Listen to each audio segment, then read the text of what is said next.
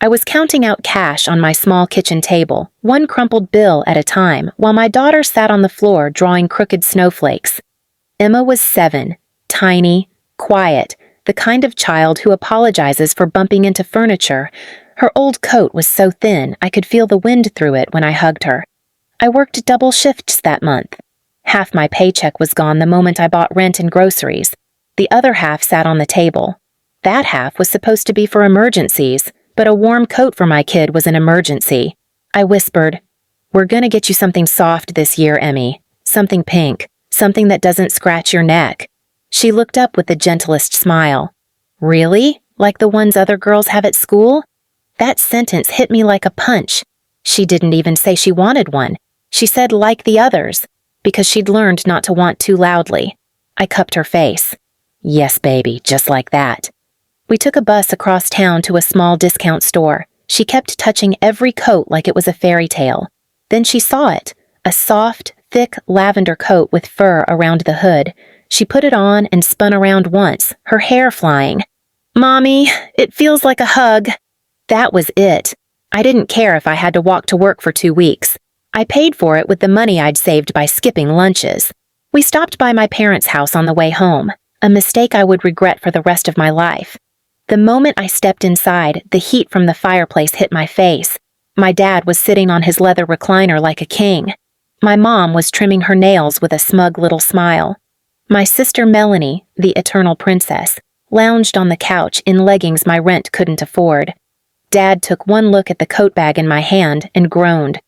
"What useless crap are you wasting money on now?" I didn't want a fight. "We just picked up a winter coat for Emma. He cut me off with a laugh. "A coat? That's where your money goes? On that?" He pointed at my daughter like she wasn't even human. Emma shrank back behind my leg. Mom smirked. "A child like her doesn't need anything fancy. She's used to being cold." Melanie crossed her legs. "Honestly, Dad's right. Spend that cash where it matters. I need new headlights. You can pitch in." I stared at her. "I'm not giving you the money I saved for my daughter." She rolled her eyes like she was the one struggling. "God, you're dramatic. It's just a coat." But Emma looked up at me, clutching the bag to her chest like it was oxygen. Dad pushed himself out of his chair and took a slow step toward us. "You think you get to make decisions with family money?" "Family money?" I whispered. "It's my paycheck." He snatched the bag from Emma so fast she gasped. Then he marched straight to the fireplace. I lunged forward. "Dad, stop!" But he already had the coat out of the bag, already gripping it, by the hood. Emma cried, "Grandpa, no!" Her voice cracked like something was breaking inside her. Dad looked right at her and smiled. "She can freeze. Your sister needs money more." And he threw the coat into the fire. The lavender melted into black, the fur sizzled, smoke curled upward. Emma screamed so loudly my ears rang. My mom laughed, actually laughed, and said, "Consider it a lesson. Nothing good stays with trash." Melanie added with a shrug, "I'll send you my bank details. Just transfer whatever you saved." Emma was sobbing so hard she hiccuped. Her tiny hands were reaching toward the flames like she could somehow pull it back. I pulled her into my arms, shaking. I could feel her tears soaking through my shirt. Dad stood there like he'd done something noble. "You'll thank me one day. You spoil that kid." "Spoil? Spoil?" A coat was spoiling her. Mom turned back to her nails. "Now get out before you ruin the carpet with your crying." I walked out holding Emma, her body trembling in my arms. Every step felt heavier than the last. Her voice was barely a whisper. "Mommy, did I do something wrong?" I couldn't answer. My throat wouldn't open. In that moment, something snapped inside me. Not anger, not hate, something deeper, something final. I looked back at the house as we stepped into the freezing night. This was the moment I realized. They didn't just hate me. They hated my child, and I was done letting them hurt her. My breaking point wasn't loud. It was silent, cold, final. The bus ride home that night felt colder than the wind outside. Emma sat on my lap, her face buried in my jacket, her little shoulders still trembling from crying. Every time the bus door opened and cold air rushed in, she flinched like she expected another hand to snatch something from her. When we got home, she didn't speak. She didn't ask about the coat. She didn't ask about my parents. She just crawled into her small bed and curled into a ball the way mistreated animals do when they're trying to disappear. I sat beside her, stroking her hair until her breathing steadied. I whispered, "I'm so sorry, baby. None of this is your fault." Her fingers reached for mine, still shaking. I barely slept that night. Every time I closed my eyes, I saw the coat burning. I saw my dad smile as the fur blackened. I saw my mom smirk when she said my child should learn nothing good stays with trash. The next morning, I wrapped Emma in 3 sweaters before walking her to school. A bitter wind slapped us across the face with every step. She kept her head down. Kids walked by in warm, puffy jackets, colorful gloves, thick boots. Emma tightened her arms around herself like she didn't belong. When her teacher saw her shivering, she frowned. "Emma, sweetheart, where's your coat?" Emma looked down. She didn't get to keep it. I felt the teacher's eyes on me, worried, pitying. It almost broke me. But I wasn't about to tell a teacher that my father burned it in front of us. I forced a smile. "We had an issue, but I'm handling it." The teacher nodded slowly, but her eyes said she didn't believe me. When I got home, I checked my phone. 47 messages, all from my family. Dad, "You embarrassed yourself last night. Grow up and help your sister." Mom, "A coat is replaceable. Family isn't." Melanie, "Have the decency to send the money today. Stop punishing me for Dad's actions." Then another from Mom. "Emma wouldn't be so sensitive if you didn't raise her like a scared dog." My chest tightened so hard I had to sit down. They were cruel, cold, rotten to the core. But what terrified me most wasn't what they said.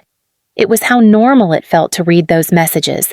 My whole life had been one long horror of being told I was worthless, but watching my child be treated the same way, that was different. That cut deeper. That lit something dangerous inside me. I didn't respond, not to a single message. Hours passed. Then another text popped up. "Dad, since you refused to help Melanie, she doesn't have the money to fix her car. She's stuck. Get over here now and give her what you owe this family." Oh, that word again. Like my existence was some debt I could never repay. I stared at the message until my vision blurred. Then my phone rang, my mom calling. I let it ring. She called again, and again. On the 5th call, I picked up. Not because I wanted to, but because I wanted to hear how far their entitlement would go. Mom didn't even say hello. She snapped, "You're coming here today. Do you understand?" "No," I said quietly. She scoffed. "You don't get to say no to us." "I just did." Dad grabbed the phone from her. His voice was booming even through the speaker.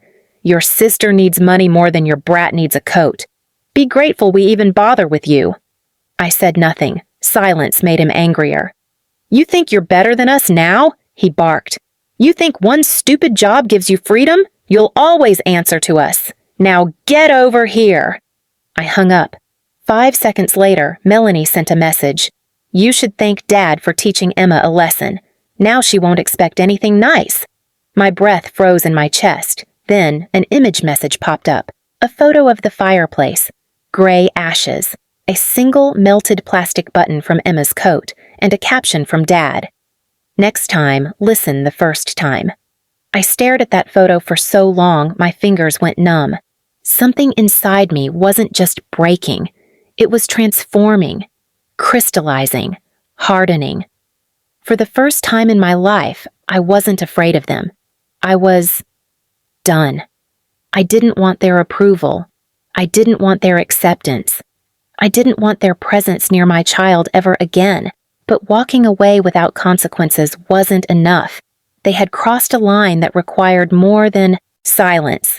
I needed to hit them somewhere they never expected, somewhere it would hurt them the most, their reputation, their comfort, their control, their money. And I found the opening sooner than I thought.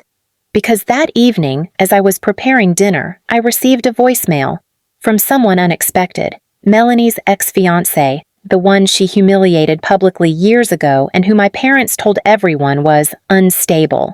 His voice was tight, bitter, and exhausted. "Hey, I don't know if you remember me, but I heard something today about your parents. Something big, something ugly, and I think you should hear it. Call me back." I hit play again, and again. My heartbeat quickened. My fingers shook. A plan began forming in my head, piece by piece, like a puzzle snapping together. They burned my daughter's coat? They were about to learn what it felt like to lose something too. And this time, it would be something they actually cared about. I called Melanie's ex-fiancé that same night. His name was Brandon, and I remembered how my parents treated him, like he was beneath them, like he wasn't worthy of their perfect princess. They humiliated him until he left the engagement shaking. When he picked up, he didn't waste time. "I heard your dad burned your kid's coat," he said quietly. "I'm sorry. They haven't changed." I swallowed hard. "What did you want to tell me?" He sighed. "Your parents are in trouble, serious trouble, and they're trying to cover it up." My stomach tightened. "What kind of trouble?" "Your dad took out a business loan. In Melanie's name." I froze. He continued. "He used her signature. Fake. Sloppy. The bank caught it. They started investigating, but your parents told everyone it was you who forged the signature." My grip on the phone tightened so hard my knuckles turned white. "They're blaming me?" I whispered. "Yes," he said. "They said you're jealous of Melanie's success. They're planning to tell the investigator the same thing." My chest burned. My ears buzzed. Dad burned my daughter's coat. Mom called her trash. Melanie mocked her. And now they wanted to blame a federal offense on me? Something inside me clicked. Not rage, clarity. "Can you get me proof?" I asked. He didn't hesitate. "I already emailed it to you." 10 minutes later, my inbox filled with gold. Copies of the forged loan forms. Screenshots of Melanie bragging about Dad fixing her finances again. A voice recording of my father laughing, saying, "Let the idiot daughter take the fall. She doesn't matter anyway." When I heard that recording, I felt something settle inside me. This was the moment my revenge became inevitable. And the next morning, I dressed Emma warmly in borrowed layers. She watched me quietly, eyes wide. "Where are we going?" she whispered. "To make sure nobody ever burns your things." "Again," I said softly. I didn't go to my parents' house. I didn't go to Melanie's apartment. I went straight to the bank investigator whose name was on the loan letter. Her eyes widened when I walked in holding the folder. "I'm the daughter they accused," I said, "and I have proof they lied."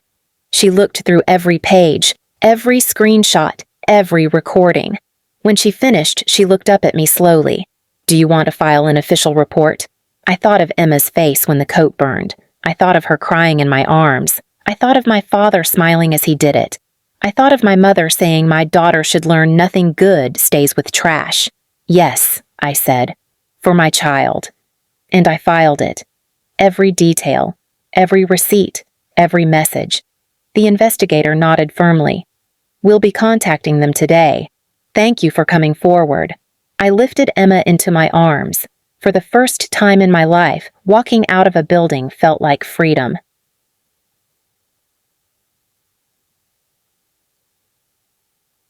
It took exactly 2 days. 2 days before my phone exploded with missed calls. 23 from Dad, 15 from Mom, 8 from Melanie, text after text after text. Then one voicemail from my father. Voice shaking, furious. "You backstabbing brat! You ruined us! Why would you do this to family? Call me back now!" Another from Mom. "Please, we can explain. Just talk to us. Your father could go to jail." Another from Melanie. "They froze my accounts. I can't pay rent. Fix this." And then, the final one. A voicemail I will never delete. Mom's voice, broken, not commanding, begging. "Please, please, answer. We're your parents. We didn't mean for it to go this far. We need you. Don't do this." The same woman who said my daughter could freeze. The same woman who laughed as her coat burned. Now she was crying, begging, panicking. I didn't respond. Instead, I turned off my phone, picked up Emma, and walked to the kitchen to make hot chocolate. She sat at the table, kicking her legs softly. "Mommy?" "Yes, baby." "Are we safe now?" I knelt beside her, tucking her borrowed coat around her small shoulders. "Yes," I whispered. "They can't hurt you anymore." She smiled, small, but real. By the end of the month, the bank launched full charges against my father. Melanie's accounts were frozen for investigation. My parents' credit was destroyed. Their perfect family reputation in town shattered overnight. They were drowning in legal fees. They tried to call again. They even came to my building once. But I never opened the door. Not once. The same way they watched my child freeze, they now watched their own life collapse. And when the final court letter arrived at their house, the one confirming the charges, I got one last message from Mom. "Please, don't leave us like this." I didn't reply. I deleted her number. And when Emma crawled into my lap that evening and whispered, "I love you, Mommy," I realized something. I didn't destroy them. They destroyed themselves. I just handed the truth to the right person. And this time, my daughter's winter stayed warm. Please subscribe to our channel and tell us in comments from where are you watching this video.